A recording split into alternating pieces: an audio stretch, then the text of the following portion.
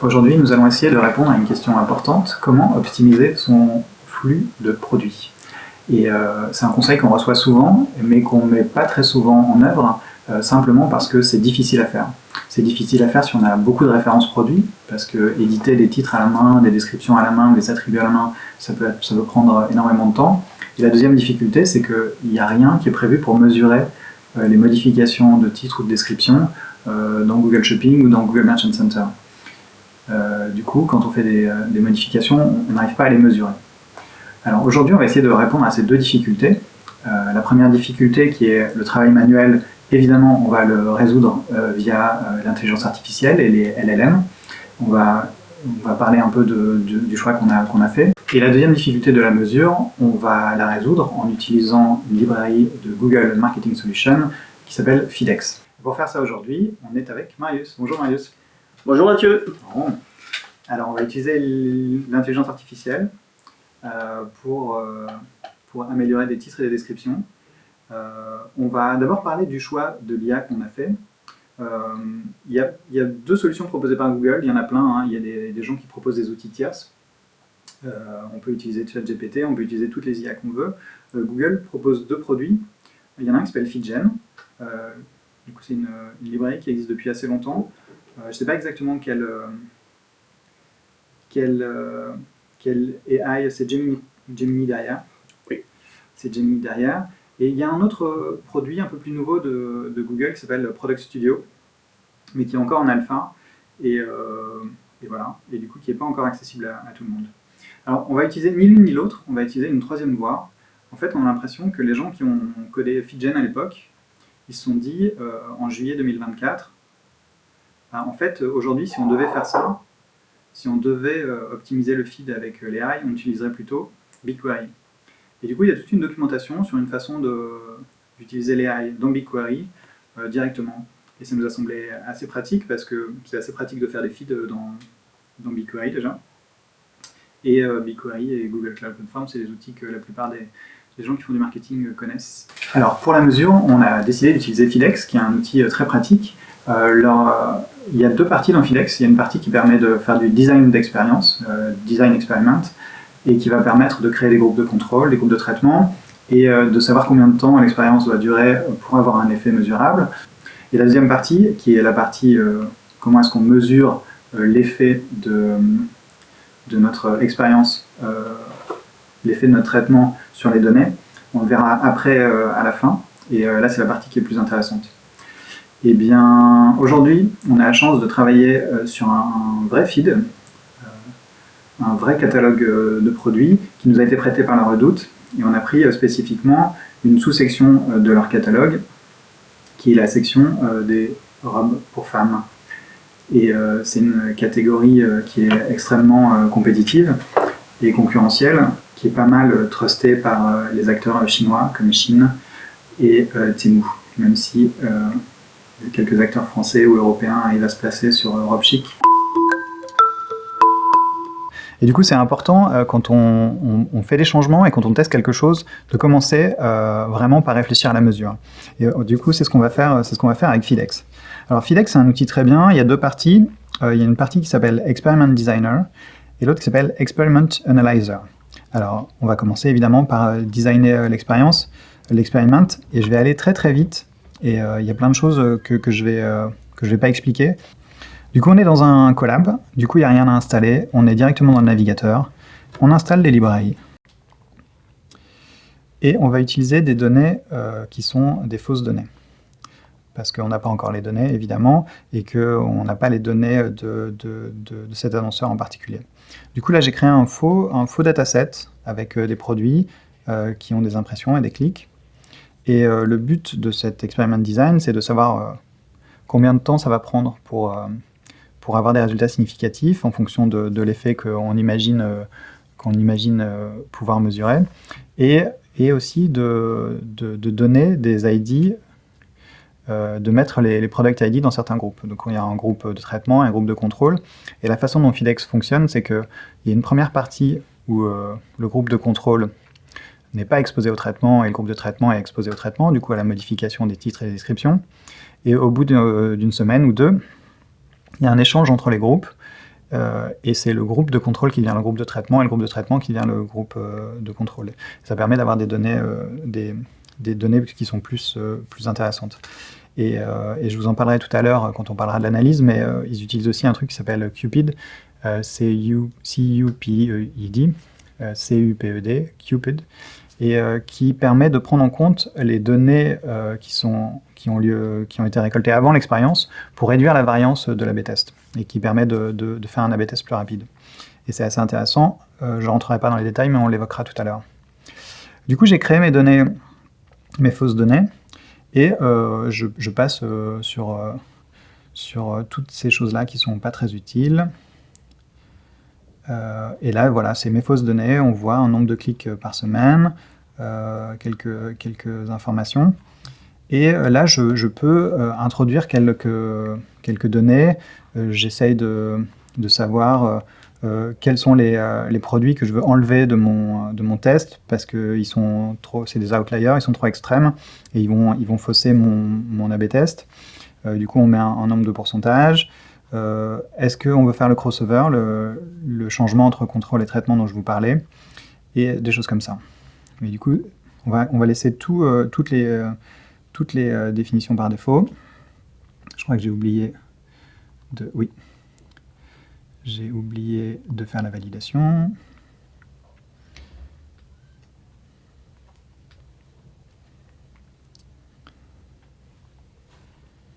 Hop. Et on va faire tourner ça.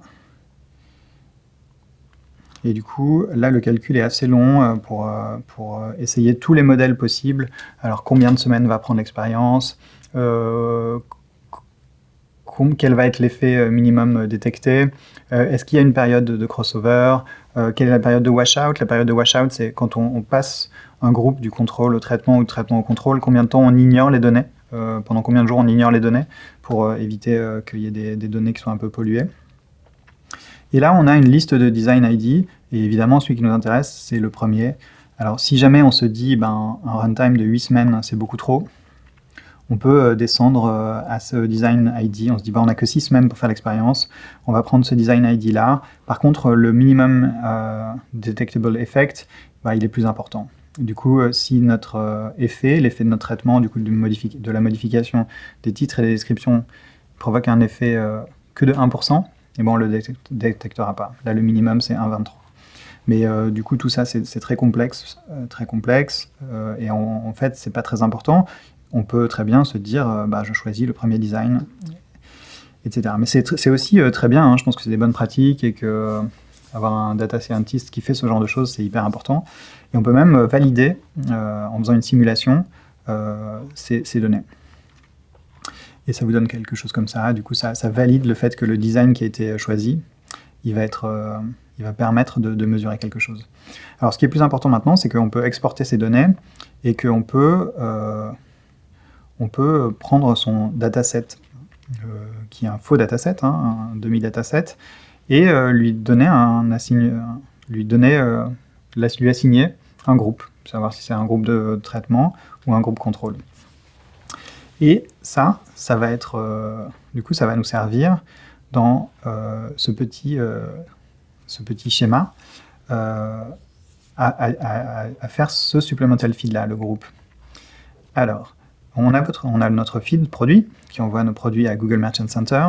Et ce qu'on va faire aujourd'hui, c'est ajouter 2 supplemental feeds. Un qui donne pour chaque product ID si c'est dans le groupe contrôle ou le groupe traitement. Et un deuxième feed qui va donner un nouveau titre et une nouvelle description au produit. Et c'est là que tu interviens, Marius. On va utiliser la dernière update qui a été release par Google Marketing Solutions sur le produit FeedGen. Donc il s'agit de celle-ci, le guide pour l'optimisation de flux de produits en utilisant BigQuery. Directement dans BigQuery. Voilà, directement dans BigQuery. Donc ça fait sens d'utiliser BigQuery pour générer en fait ces descriptions et ces titres, parce que en général c'est le data warehouse, donc c'est là où on a vraiment toutes les données. Et de plus, pourquoi s'en priver si on a aussi la possibilité d'utiliser l'intelligence artificielle pour ensuite faire générer des descriptions à l'échelle, quoi, donc vraiment at scale. Donc si vous avez 1 million de produits, 200 000 produits, vous n'allez pas le faire à la main. Vous allez bien sûr essayer de trouver une manière automatisée de le faire, et globalement, en utilisant BigQuery et l'intelligence artificielle, vous allez pouvoir le faire beaucoup plus facilement. Et on parlera des questions de coût après, mais c'est des choses qui sont importantes aussi. Et, Oui. Et c'était sur les petits essais qu'on a fait, c'était pas très cher, mais on en parlera tout à l'heure. Bien sûr. Et du coup, là, ce qu'on s'était dit, c'est que ça pourrait être intéressant pour ce catalogue de prendre les images et de faire tourner l'IA pour générer des descriptions de ces images avec peut-être des textes qui sont plus différenciants et qui apportent plus d'informations que les descriptions qui existent pour l'instant. Et on se disait qu'en analysant l'image, on pouvait ajouter des informations qui seront utiles à la fois pour le ciblage par mots-clés, parce que si on ajoute des mots-clés comme robe trapèze, élégant, robe de soirée ou robe de cérémonie, qui ne sont pas dans la description, il y a plus de chances que ces produits apparaissent sur ces requêtes. Donc on va aller sur la première étape, qui est globalement de charger donc les images dans GCS. Donc GCS, c'est Google Cloud Storage. Donc ça correspond en fait à un bucket, donc un gros, si vous voulez, un gros fichier Drive que vous allez avoir et qui va vous permettre de stocker des informations. Alors pour l'instant, les images, du coup, on a un feed de produits. Du coup, c'est un tableur, hein, c'est comme un Excel, et on a pour les images, on a des liens vers un serveur externe, le serveur de la Redoute. Et là, ce qu'on va faire, c'est qu'on va prendre ces images et les récupérer en local pour pouvoir faire tourner l'IA directement dessus. C'est ça, exactement. Donc, allons-y. Allons-y. Donc, du coup, pour avoir ces images dans un GCS, là où vous voyez, il y a des placeholders, donc ça comme un texte à trous. Ce qu'il va falloir faire, c'est aller dans votre projet BigQuery ou dans votre projet plutôt GCP en fait, et ensuite de pouvoir créer certaines ressources, donc qui vont nous permettre derrière de pouvoir télécharger en fait ces images. Donc la première ressource à créer en fait, c'est votre table, votre dataset plutôt, donc dans votre ensemble de données, là où vous allez pouvoir mettre en fait toutes vos ressources. Donc je vais vous montrer assez rapidement comment le faire. Donc là, si je mets test 1, 2, 3, je vais pouvoir sélectionner la région, donc soit une région en particulier ou une multi-région. Donc par exemple, si je veux que soit la région Europe ou US, donc là par exemple je vais prendre Europe. J'ai pas forcément besoin de rajouter autre chose, donc ça sera directement les paramètres par défaut. Et là il faudra juste créer le dataset. Moi de mon côté j'en ai un qui est déjà ready, donc on va prendre celui que tu as utilisé déjà. Ouais. Exactement. Ok. Donc à ce niveau-là, vous avez la possibilité donc les modèles on les verra par la suite, mais il faudra créer une table qui va s'appeler, là pour moi mon besoin, je vais l'appeler input. Donc ça sera la table où je vais rajouter en fait toutes mes données mes données de test en fait. Donc pour ce faire, je peux créer une table. Je vais la créer depuis un upload, donc depuis un fichier que j'ai sur mon ordinateur, donc en local. Donc ici, je vais mettre un auto-detect pour qu'il détecte automatiquement toutes mes colonnes. Est-ce que c'est du texte? Est-ce que c'est des chiffres? Exactement. Exactement. Je vais peut-être devoir faire un petit changement parce que les ID de produits doivent être plutôt mis en texte plutôt qu'en entier. Nous, aujourd'hui, sur le dataset qu'on a, on l'a uniquement en entier, donc je vais juste refaire ça. Okay. Et sinon, globalement, ça va juste me permettre de créer une nouvelle table que je vais appeler input et créer la table. Et là, je pense que y a un truc qui va pas marcher parce que ah non, ça marche. J'ai été mauvaise donc. Ça marche. Donc en fait directement ici vous avez voilà donc une vingtaine de produits, voilà une petite vingtaine de produits avec pas mal d'informations. Et ce qui va nous intéresser nous principalement pour aller récupérer les images, ça va être cette colonne là, donc ça s'appelle Image Link. Donc on va faire des calls, des calls pour aller récupérer les images et les stocker côté BigQuery. Tu peux peut-être ouvrir une image, mettre Oui, dans un onglet. Bien sûr. Hop. Donc ça c'est l'image hébergée sur le site de la Redoute. C'est ça. Voilà. Et du coup c'est ce genre de données qu'on va utiliser. Exactement.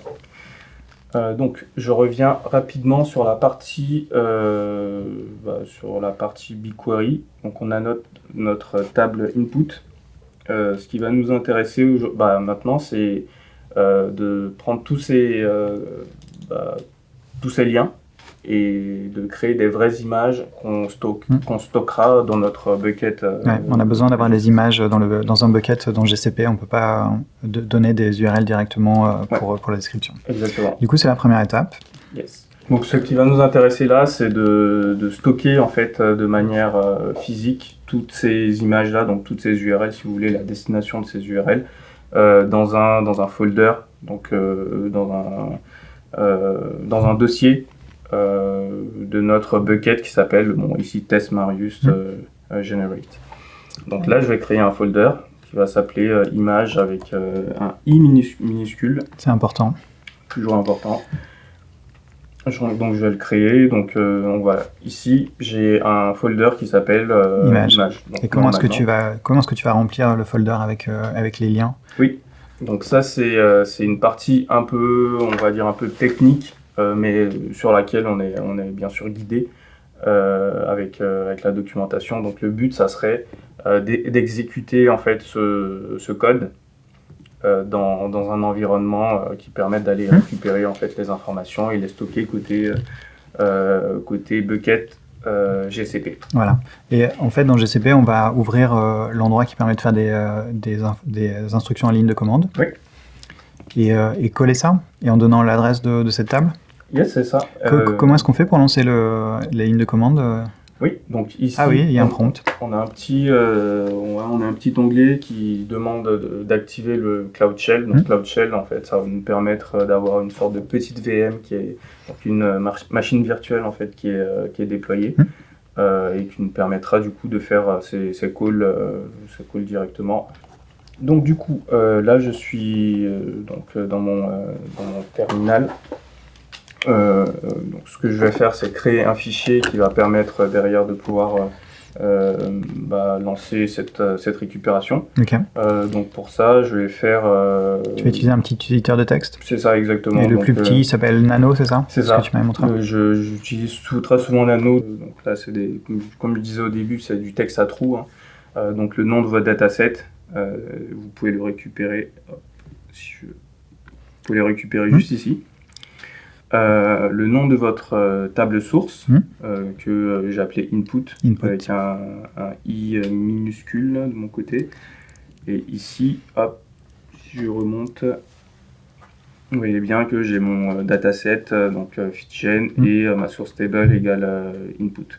Donc ce qui va nous intéresser en fait dans cette table, c'est uniquement les liens des images, donc image link qu'on a ici. Et ce qu'on va faire, c'est récupérer cette liste de liens et ensuite faire des appels unitaires donc pour aller chercher l'image qui est derrière et ensuite les stocker dans le bucket qui s'appelle Test Marius Generate. Très bien. Et dans le folder qui s'appelle image. Donc une fois que j'ai pu rajouter les informations qu'il me fallait, donc le dataset, la table source, donc là j'ai mis aussi l'adresse de mon bucket qui il doit être normalement une adresse unique. Par exemple, si toi Mathieu dans ton projet tu as un bucket qui s'appelle Test Marius Generate, moi dans mon projet je pourrais pas en fait avoir voilà. D'accord. Donc c'est pas quelque chose qui est propre à un projet en particulier, c'est un nom de bucket qui doit être vraiment unique au monde. Donc, vous pouvez mettre, par exemple, tu peux mettre Test Marius Generate 1, 2, 3 si Test Marius Generate est déjà pris. C'est comme ça qu'on se retrouve avec des buckets qui s'appellent KFC. Exactement. Référence à une petite anecdote qu'on avait dans notre expérience passée. Le bucket KFC Mathieu. Du coup, je vais juste sauvegarder en fait ce petit fichier. Tu vas sauver ton fichier. Ouais. Donc là, tu vas sortir de Nano. CTRL X, mais CTRL O, CTRL X. Ouais, CTRL X. Hop. Et il s'appelle demo.sh. Donc là, il va falloir que je fasse un petit bash demo.sh. Je regardais si tout était bon. Donc là, j'ai mes images qui sont en train d'être téléchargées, être copiées côté GCP, donc dans mon bucket. Et normalement, là, ça doit être terminé. Donc, j'avais mon bucket, donc mon gros drive qui était vide dans le dossier image. Si je vais tout de suite dans ce dossier, là, j'ai tous mes fichiers en fait qui ont été téléchargés. On a combien d'images là? 120? On a 120 images. Ouais. Très bien. Et du coup, tu peux même en afficher une, juste pour être sûr que tout va bien. Voilà, très bien. Super.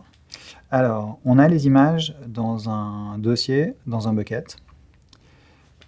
Et maintenant, c'est là où on va lancer vraiment la description de l'image. Oui. J'ai l'impression que dans les instructions, il y a Create an Object Table d'abord. On doit d'abord faire ça? Oui, on doit faire ça. Donc, pour expliquer en fait ce qui se passe ici, on a donc, notre table input qui a toutes les informations. On a aussi du coup téléchargé les infos, donc les images dans un bucket. Ce qu'on va faire là, c'est de lier donc, le bucket qu'on a avec une table qui sera utilisée derrière par BigQuery pour faire les requêtes en fait, à l'API de machine learning, d'intelligence artificielle plutôt. Et ça nous permettra après aussi de faire le lien entre le feed qu'on avait au départ et les descriptions qui ont été générées. Exactement. Ça nous donnera une clé de jointure entre les deux. Exactement. Donc, pour créer cette table, on a les instructions ici. Donc, je lis assez rapidement. Hein, donc, create or replace external table, donc le dataset d'image. Donc, ça va être notre table au final, avec une connexion. Donc, la connexion, on en a pas parlé, mais en fait, c'est ce qui va permettre de faire le lien entre BigQuery, qui est normalement un environnement fermé, avec le monde extérieur. Donc, on va créer en fait une connexion qu'on appelle une connexion externe pour aller faire en fait des appels API. Et ensuite, là pour notre table, on a plusieurs options. Donc les metadata, URI, max tailness, etc. etc. Là, en fait, on crée la possibilité pour BigQuery d'aller appeler l'API Gemini. Oui. Très bien. Exactement. Et ce qu'il faut avoir en tête aussi, c'est que dans le langage d'intelligence artificielle, machine learning et même de la data science, ce qu'on a là en tant qu'image, ça va être ce qu'on appelle des infos non structurées, en fait, par rapport, par exemple, à une table, un reporting comptable, etc. Donc,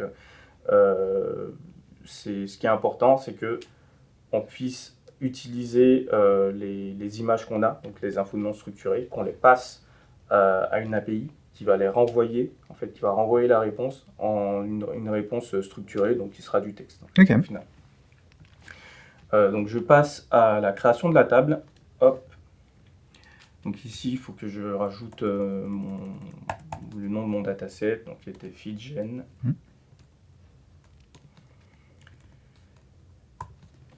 Donc c'est comme ça que ma table va s'appeler. Ensuite, la connexion, pour moi ici, ça sera est-ce que j'ai ma petite connexion? Non, je ne l'ai pas en fait. Donc ce que je vais aller faire, c'est que j'ai une connexion, je pense ici, qui s'appelle eu.feedgen. Mais je pense que c'est important, c'est assez important en fait, de montrer comment en fait, on crée cette connexion. Okay. Donc pour ça, il faut aller dans Add Data. Okay. On va ajouter de la donnée. Ici, il faudra utiliser Vertex AI. donc qui vous permettra en fait de créer une connexion. Donc là, vous pouvez mettre votre ID, on va mettre test démo par exemple.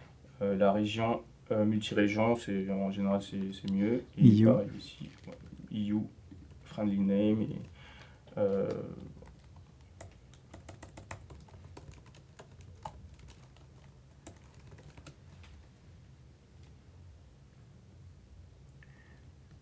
connexion for démo et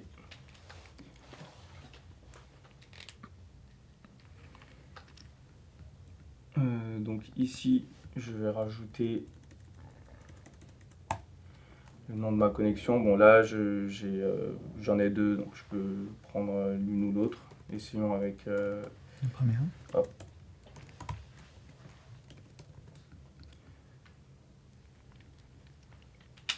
Donc bien sûr, donc là la connexion est bien acceptée. Par contre ici il va falloir que en fait je mette le nom de mon bucket qui s'appelait test generate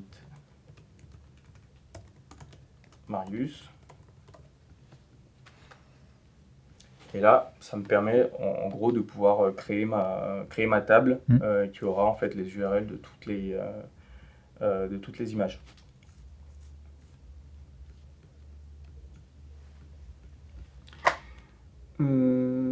Pourquoi je n'ai pas... Non, c'est test Marius generate, désolé. Forcément, il n'était pas content.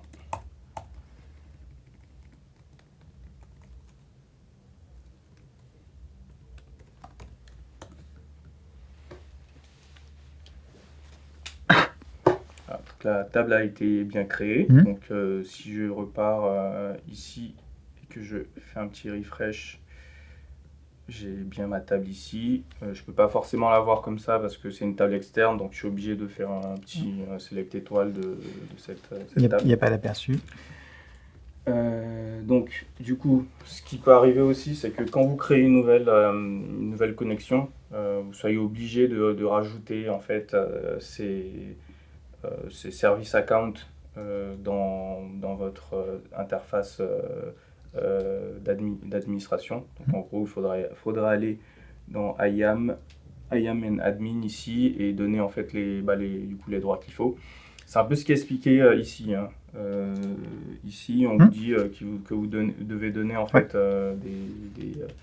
des droits. Ils expliquent quel droit donner. Exactement. Et du coup, ils font l'attribution de droit aussi en ligne de commande. Oui, okay. Ça serait possible plutôt que passer par IAM. Très bien. Ouais, c'est peut-être... bon, je pense que chacun va trouver la solution qui lui convient le plus. C'est ça. Mais en tout cas, c'est bien expliqué. Ouais. Donc, je repars ici. Écoutez, on va aller donner les droits à ce petit service account. Et du coup, on va apporter quelque chose sur la documentation parce qu'on va faire la version interface utilisateur. Exactement.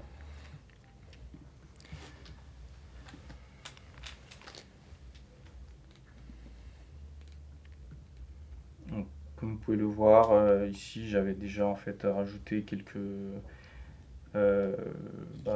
services account. Je les ai mis en éditeur pour vraiment aller beaucoup plus vite, mais bien sûr, c'est quand même mieux d'avoir une gestion des rôles qui est vraiment très stricte par rapport à ce dont a besoin votre service account. Quoi. Du coup, là, c'est comme si on ajoutait un nouvel utilisateur au service, on lui donne un rôle. Et Vertex Administrator, c'est...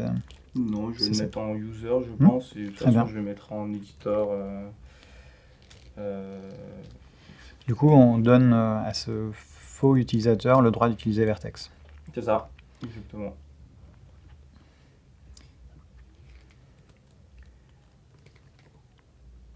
Voilà, Vertex est user et je vais le mettre en éditeur pour que ça aille beaucoup plus rapidement sur. Mais c'est pas une best practice. C'est pas du tout une best practice, non.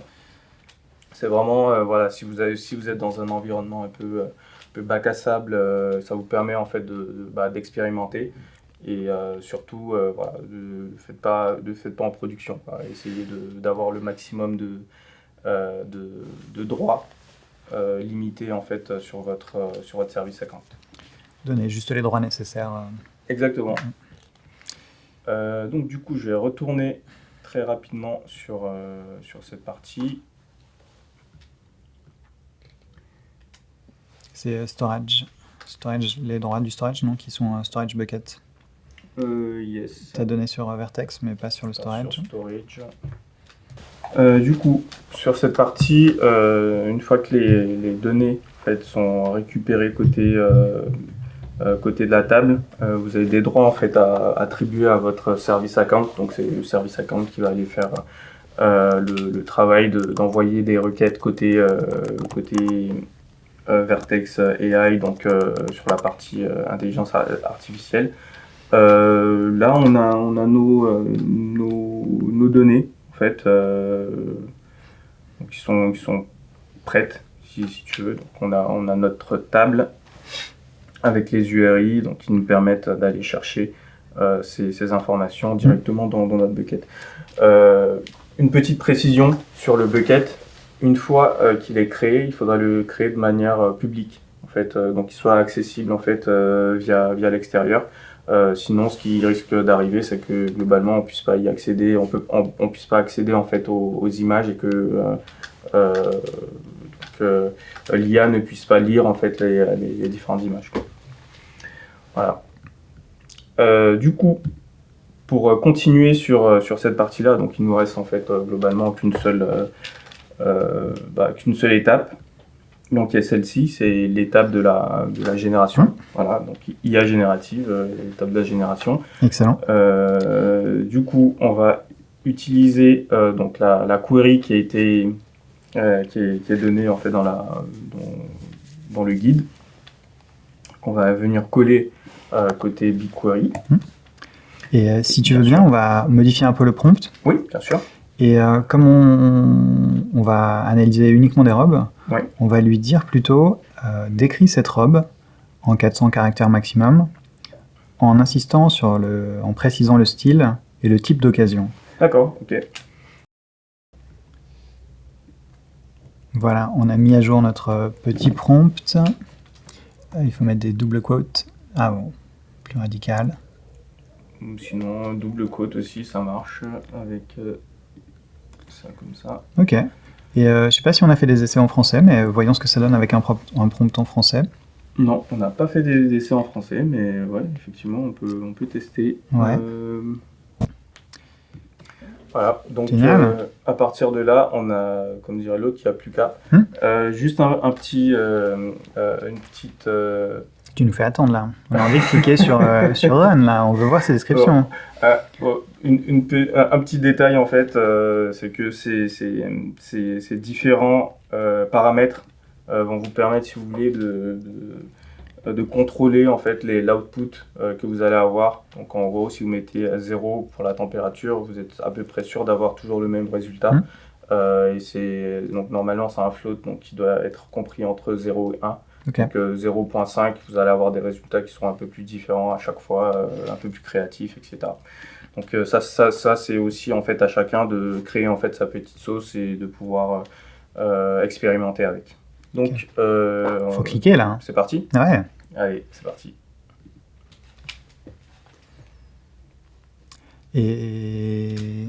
Et là, on a un petit problème de service account, donc je vais juste rajouter celui-là.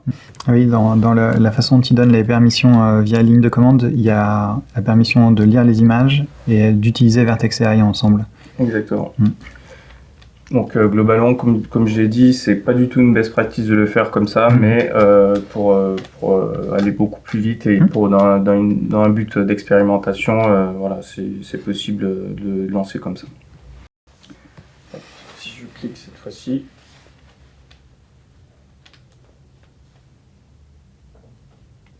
Ah, là, ça a l'air de marcher.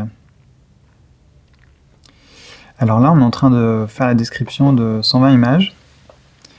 Et à partir du prompt, décrit cette robe en 300 caractères maximum, précise le style, la couleur et le type d'occasion. Exactement. Donc bien sûr, dans ce prompt, vous avez la possibilité de mettre beaucoup plus d'informations pour bien structurer le résultat.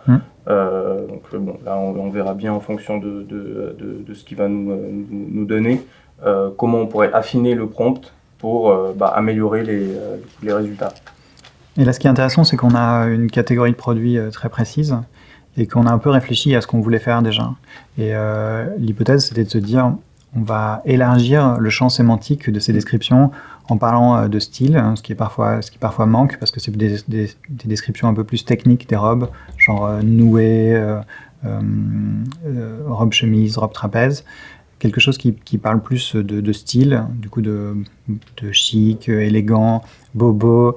Il y avait des styles Empire que je connaissais pas. Et je sais pas si l'IA va nous donner des styles comme ça, mais en tout cas, on va enrichir le champ sémantique de ces descriptions en parlant de style.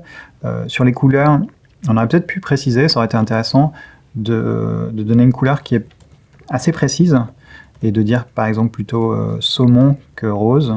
Oui. Et ça aurait pu être intéressant parce que là encore, on aurait élargi le champ sémantique des descriptions. Mais voyons, on est en train de tester. Et voilà, super. Donc, du coup, ici, on a une première description, robe portefeuille à motif géométrique, noir et blanc, style décontracté et tendance, idéal pour une sortie estivale ou une occasion spéciale. Ouais. Je pense que ça, c'est très bien. Ouais. Et ça doit continuer, non? En 300 caractères, on doit être un peu plus long que ça, non? Ah non, ça va pas beaucoup plus loin. En 400 caractères, du coup, je crois que c'est ce qu'on avait dit. Alors peut-être on peut en prendre une au hasard. Robe chemise en jean bleu foncé, style décontracté, chic, idéal pour une sortie en ville ou une journée décontractée. Alors regardons si on est d'accord avec ça. Celle-ci là. Celle-là. Hop. Je vais regarder directement ici.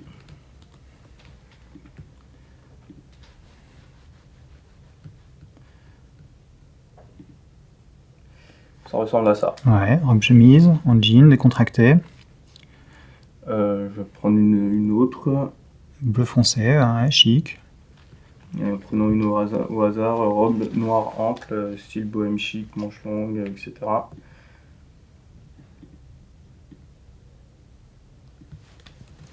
Hop.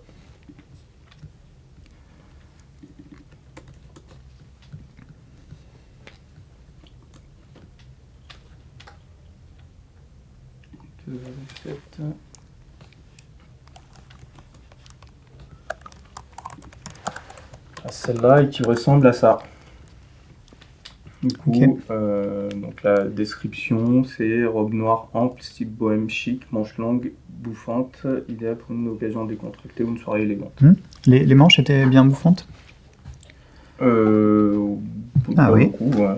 Tout à fait, donc, tout à fait. C'est plutôt juste. Une dernière pour la route. Robe courte, style chemise bleu marine, imprimée, visage blanc et détail rose, décontracté, idéal pour une sortie estivale.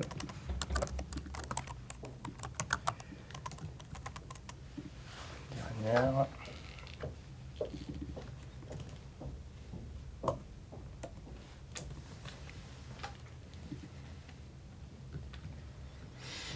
Voilà, donc l'IA a même pu bien analyser qu'il y avait des visages sur la robe, donc voilà, c'est plutôt pas mal. Donc bien sûr, pour affiner, il faut affiner le prompt, tout simplement, donc il n'y a pas vraiment le choix. Ouais, mais il n'y a pas eu de souci avec le prompt en français, c'est assez, il n'y a pas d'hallucination, il n'y a rien d'incohérent dans les exemples qu'on a pris. Oui. Je pense que préciser qu'on parle de robe, ça réduit déjà un peu les possibilités d'être très très loin. Oui. Et ouais, il faut affiner. Il faut affiner. Après, c'est effectivement comme toutes les IA que vous utilisez, ChatGPT, Claude, etc. Le plus important, ça sera le prompt, les potentiels exemples que vous allez pouvoir lui donner, et ensuite, si vous avez une structure à suivre absolument, en fait, il faudra aussi le préciser. Et c'est une bonne transition parce que maintenant, on a une description qu'on va ajouter à la description existante du produit, et maintenant, on va travailler sur le titre. Le titre, c'est vraiment l'attribut le plus important, c'est celui qui a le plus de poids dans le ciblage des mots-clés, et c'est aussi l'information qui apparaît sous l'image, et donc qui va être vue par l'utilisateur et qui va inciter ou pas l'utilisateur à cliquer.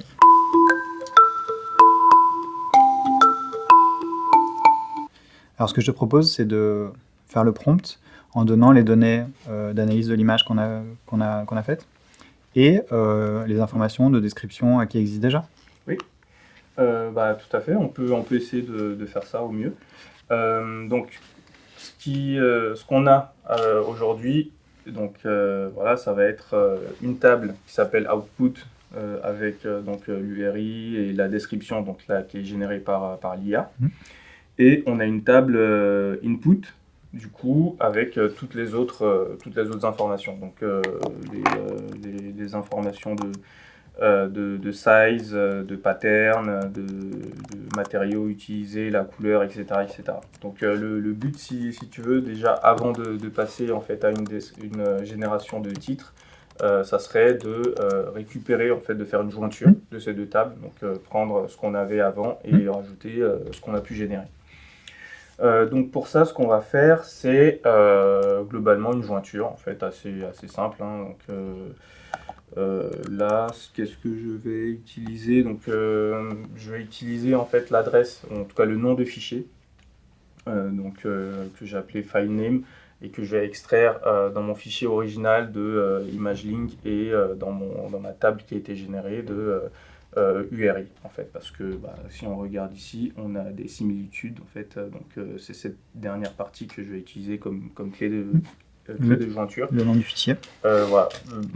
Dans l'idéal, il aurait fallu utiliser plutôt l'ID de la ligne en fait, donc l'ID du produit, quoi.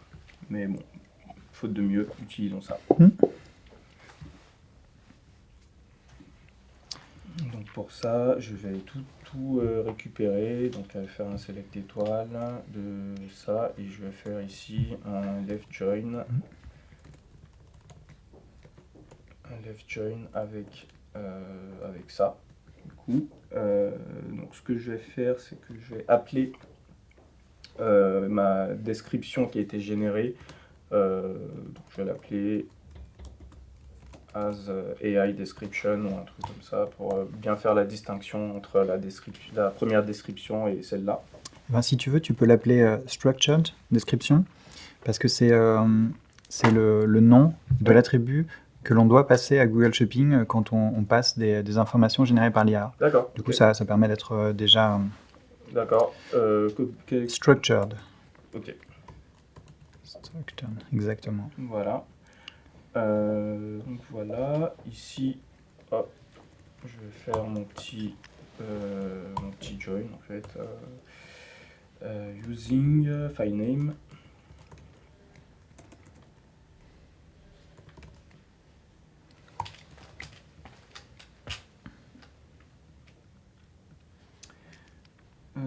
File underscore name join.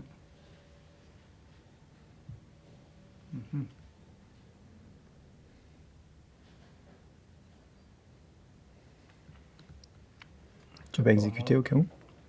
Hop. Juste utiliser ça pour voir ce que j'ai dans un premier temps. J'ai bien quelque chose qui s'appelle FileName ici. Mais vas-y, exécute ça. Tu crois pas? Non, il arrive pas. On the left side. Pas le retrouver. Et si je fais ça.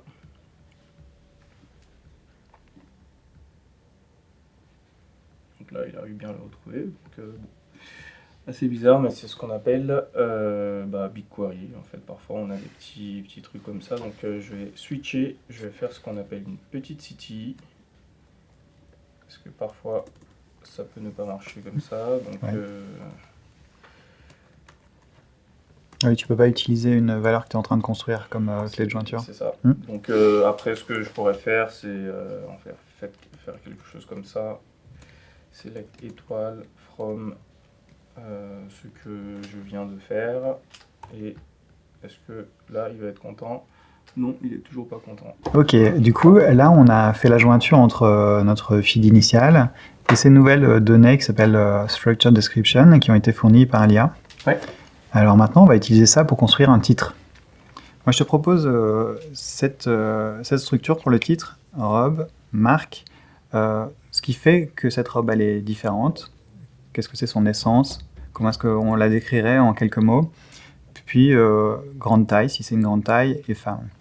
Alors, on peut peut-être essayer du coup. Tu veux faire ça comment, Marius?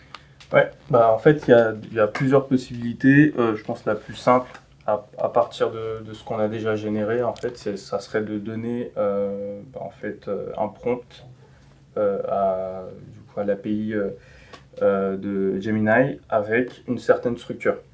Donc la structure, ça sera robe, le nom de la marque, la différenciation. Bon, on rajoute ou pas le grande taille, et à la fin, on se dit qu'on doit rajouter femme parce que le titre doit contenir en fait le mot-clé femme.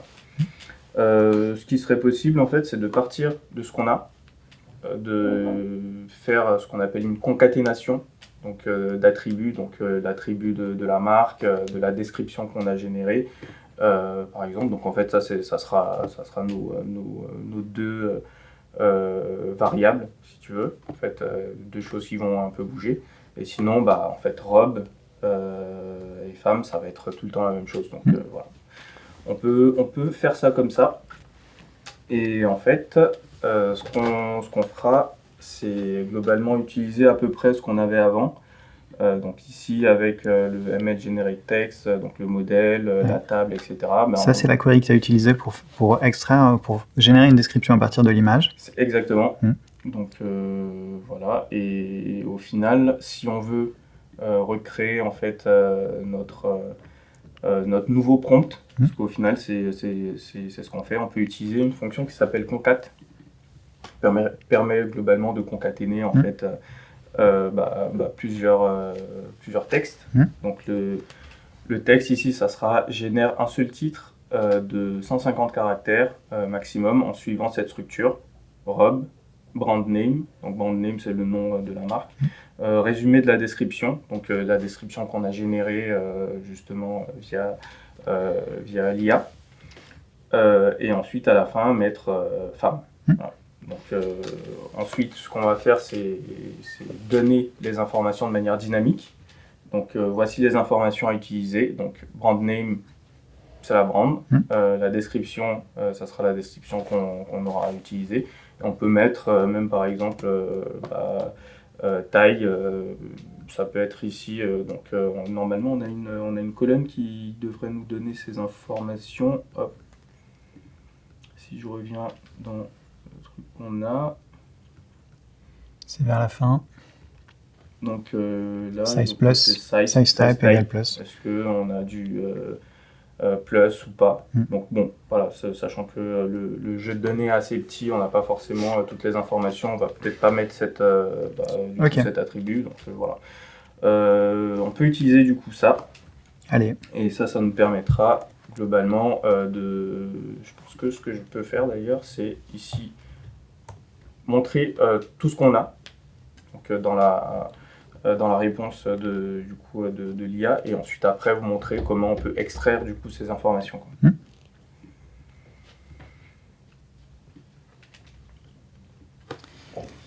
Alors, du coup on a plusieurs colonnes là, et la première colonne c'est le résultat qui est renvoyé par l'IA.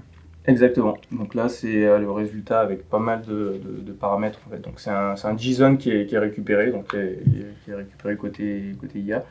Et ce qui nous intéresse, nous, de notre côté, ça va être vraiment cette partie-là. Donc la part texte, robe, only, karma, coma, léopard, noir, gris, beige, coupe droite, femme. Donc c'est uniquement ça qui nous intéresse. Ouais. Après, bien sûr, si vous avez envie de récupérer des métadatas, etc., c'est toujours possible de le faire, mais dans notre cas, c'est plutôt ça qui nous intéresse. Et là, vous avez aussi la partie prompt. Donc en fait, ça c'est le prompt qui est envoyé pour chacune des lignes en fait, qu'on a dans notre table. Et là, on voit bien la concaténation dont tu parlais. Exactement. Donc voici les informations, etc. etc. Donc, ça nous permet de créer un titre à chaque fois via un prompt qui est calculé à la volée en fonction des informations notables. Encore une fois, on a passé un peu de temps à travailler sur le prompt, mais il y a moyen sans doute d'affiner ça pour faire des choses encore plus intéressantes. Et du coup, si on regarde vraiment les titres qui ont été créés, du coup, en tirant du JSON, le titre qui est vraiment uniquement le titre. Oui. Donc là, c'est la ligne que j'ai juste en haut qui a été commentée en fait. Donc là, c'est voilà, le texte qui est extrait. Donc ça va être uniquement cette petite partie-là sur toutes nos lignes. Et là, hop.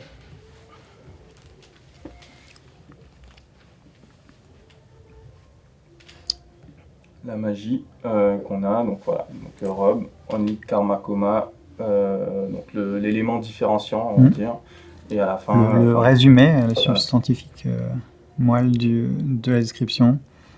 Et moi, ça me semble vraiment pas mal. Et du coup, là, on a laissé des tirets pour que ce soit assez lisible. Oui. Mais voilà. Du coup, on perd quelques caractères.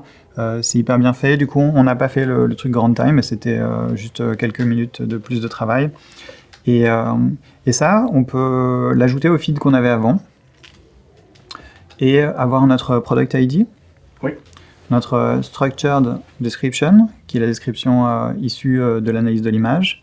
Notre structured title, qui est issu de ce prompt. Oui. Et là, on a notre supplemental feed que dans notre petit schéma, on appelle AI Generated. Et voilà. Du coup, on peut lancer notre expérience. Il n'y a plus qu'à. Il n'y a plus qu'à. Et on ne va pas lancer l'expérience, mais on peut passer à la partie FeedX et comment faire pour mesurer l'impact qu'aurait eu ce changement en réalité. Et on va utiliser les données fournies, les demi-data fournies par FedEx. Mais je pense que c'est important de finir cette vidéo en montrant comment ça se passe dans cette deuxième partie de FedEx, qui est plus du experiment design, mais qui est de l'analyse pour de bon. On a fait un premier feed avec FeedX pour définir dans quel groupe étaient les ID des produits, les product ID. Maintenant, avec toi, on a créé un deuxième supplemental feed qui s'appelle Generated AI, où on a nos Generated Description et Generated Title. Oui. Admettons que tout ça ait été mis en production et qu'on a fait notre crossover après 2 semaines, par exemple, et que là, on est à la fin de l'expérience et qu'on a envie de l'analyser. Et ben, on peut revenir sur FeedX. Et cette fois-ci, au lieu de cliquer sur Experiment Designer, on va cliquer sur Experiment Analyzer. Okay. C'est parti. Alors c'est vraiment la partie la plus intéressante. C'est aussi la partie qui utilise la méthodologie Cupid dont je vous parlais. Et je pense qu'il y a des très bons tutos sur Internet qui expliquent exactement comment ça marche et l'intérêt de faire ça. Mais c'est une technique qui permet de réduire la variance et du coup de limiter la quantité de données dont on a besoin pour arriver à un résultat significatif. Okay. Allez, c'est parti. On installe à nouveau les librairies.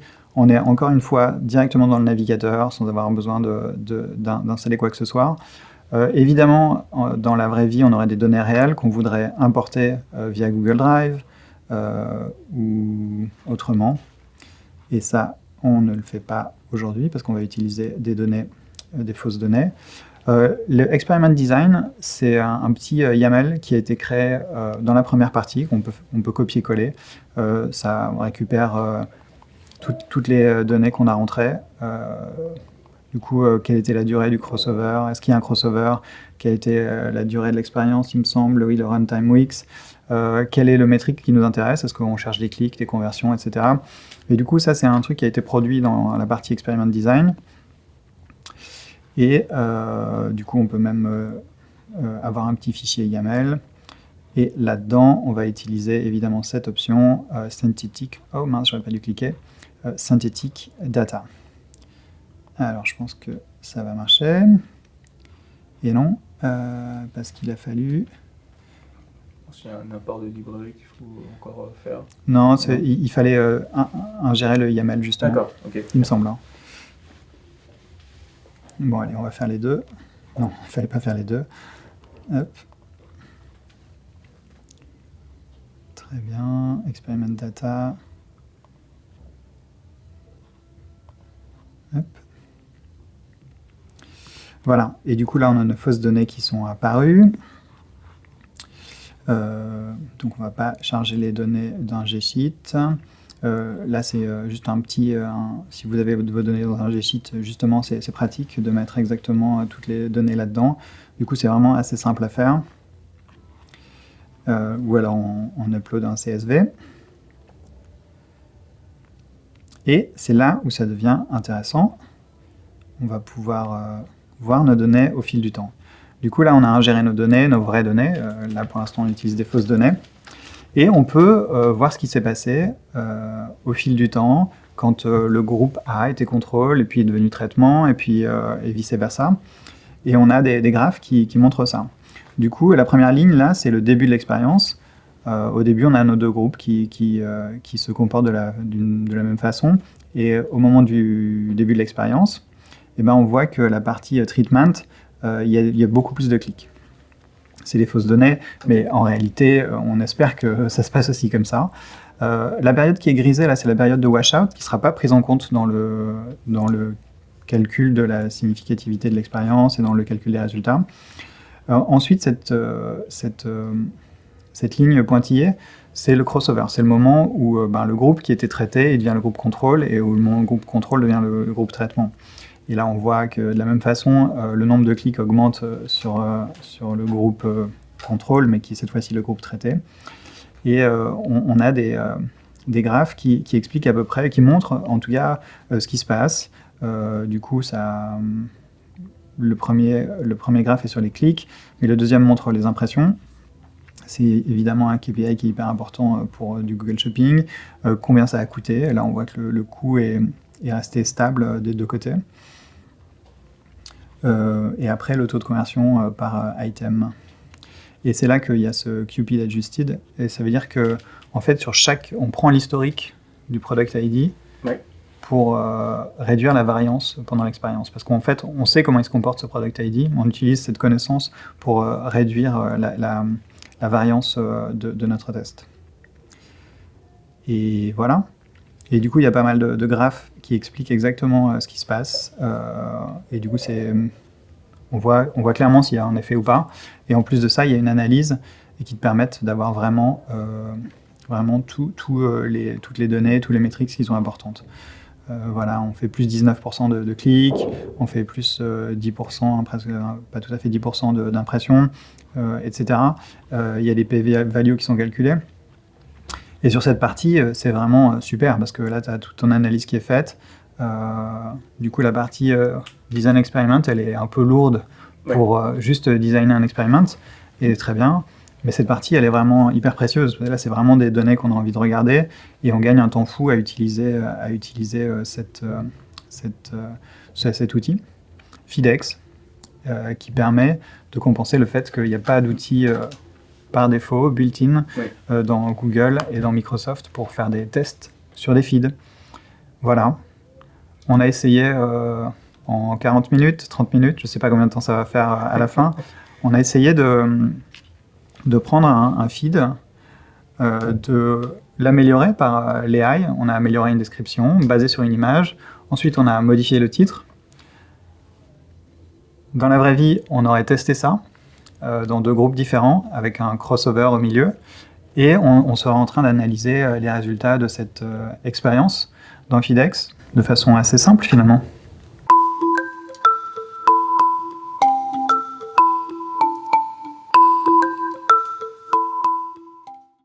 Et voilà.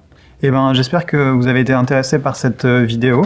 On a répondu à une question que les gens se posent souvent. Comment améliorer mon feed via l'intelligence artificielle?